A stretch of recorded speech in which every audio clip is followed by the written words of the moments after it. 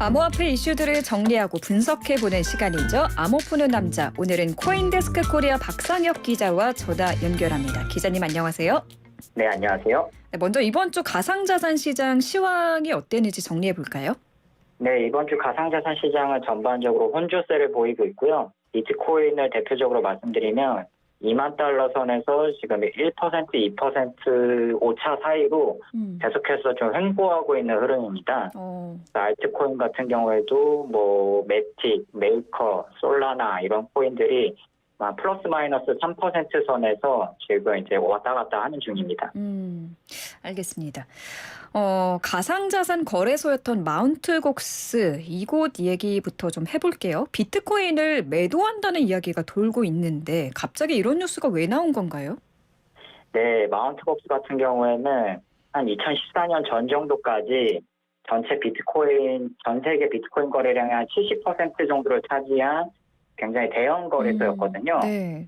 이 거래소가 비트코인 한 85만 개 정도를 해킹을 당해서 한 번에 이제 몰락한 그런 거래소인데요. 아무래도 그 고객의 비트코인이 다 탈취당하다 보니까 이 고객들이 마운트곡스에 소송을 걸었고 네. 이게 지금 현재 진행형인 중입니다. 그래서 비트코인을 팔아서 고객들한테 이제 보상을 해줘야 되는 단계인데 이 물량 중에 14만 개가 풀려서 시장에 매도된다라는 소문이 돌면서 네, 지금 이렇게 혼란이 돌고 있는 상황입니다. 그러면은 이게 그 팩트 체크가 된 건가요? 진짜 매도를 했대요? 14만 개를? 네, 그런 소문이 돌았었는데요. 네. 그 이제 마운트곡스 실제 소송을 진행하고 있는 분 중에 이제 한 명이 사실이 아니다라고 지금 입장을 밝힌 상태고요. 또 오늘 보도가 나왔는데요. 법원 문서를 보니까 지금 매도되는 게 아니라 9월 중순부터 조금씩 매도될 예정이고 한꺼번에 매도되는 건 아니고 조금씩 점진적으로 매도할 것이다 라고 합니다. 그렇군요.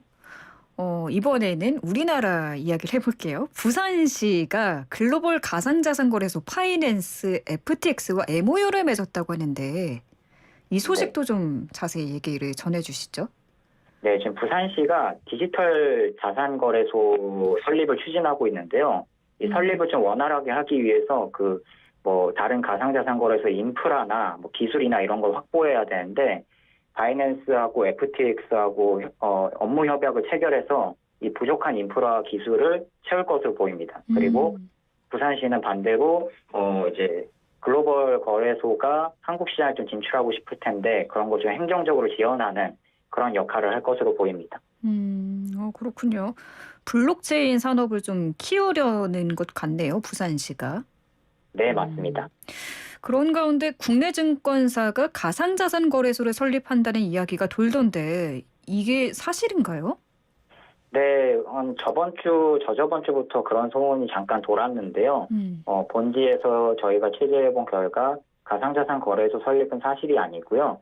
다만 이제 아시겠지만 금투협하고 그 국내 7대 증권사가 합심을 해서 지금 대체거래소 설립을 추진하고 있잖아요. 거래소하고 이제 경쟁하는 구조로 가는 그런 대체거래소를 추진하고 있는데 그게 좀 오래 중으로 법인 이제 인가 과정도 밟고 상표 출원도 하고 그럴 것 같은데 그런 이제 대체거래소 설립 소식이 가상자산 거래소 설립 소식으로 와전된 것 같다라고 하시더라고요. 증권사 관계자분들이. 네, 그래서 이 뉴스 자체는 지금 상으로 봤을 때 사실은 아닌 것으로 보이는데요. 다만 대체거래소에서 금투협회장님이 증권형 토큰이나 이런 걸 취급할 수 있게 금융당국하고 잘 얘기해보겠다. 이런 정도까지 얘기는 돌고 있어서 추후 상황을 좀 지켜봐야 할 것으로 보입니다. 비트코인 이야기 많은 분들이 관심 가지실 것 같은데 지금 비트코인의 채굴 난이도가 올해 들어서 두 번째로 상승폭이 컸다고 하더라고요. 이게 시장에는 어떤 영향을 주나요? 네, 이제 비트코인을 블록으로 검증을 하려면 채굴기를 기반으로 블록 검증을 해야 되는데 이 블록 검증을 하는 채굴자들은 일정량의 비트코인을 보상으로 받게 됩니다. 근데 이 채굴 난이도가 증가하게 되면은 한 블록당 이제 채굴기를 통해서 검증하는데 드는 비용이 늘어나게 되거든요.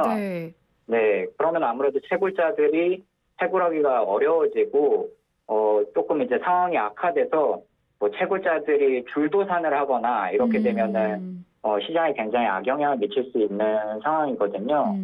그래서 이 상황을 좀 조심해서 지켜봐야 한다는 전문가의 의견들이 있습니다, 지금. 그러니까 채굴하는 게 어려워지면, 채굴 난이도가 올라가면은 채굴하시는 분들의 수익성은 좀 떨어지는 거네요. 네, 그리고 이제 채굴장을 운영하려고 들어가는 기본적인 비용들이 있는데 네.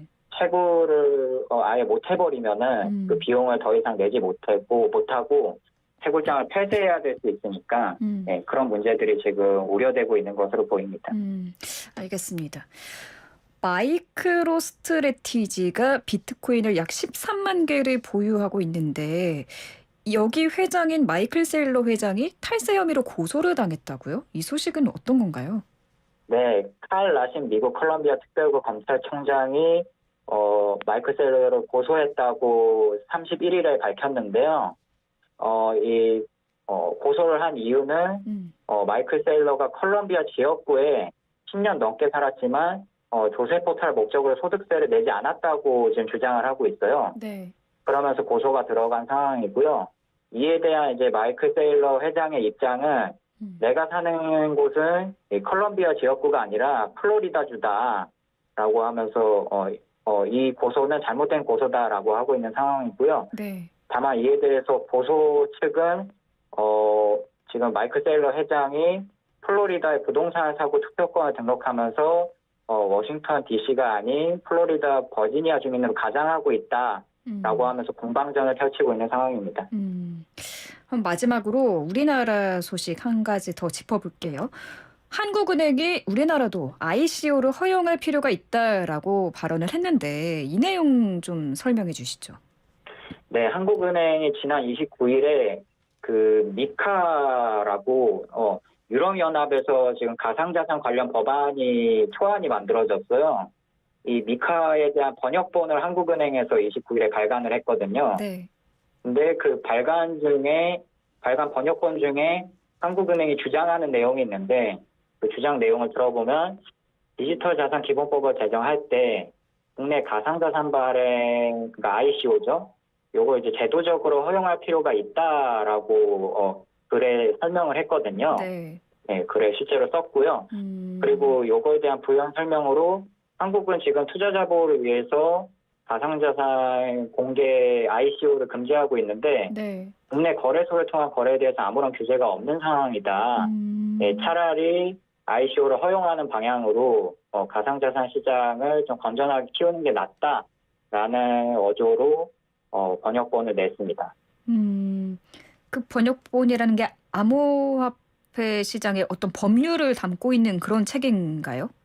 네, 유럽연합이 이제 합심을 해서 가상자산 관련 법안을 만들었는데요. 이 법안 이름을 미카라고 하고요. 네.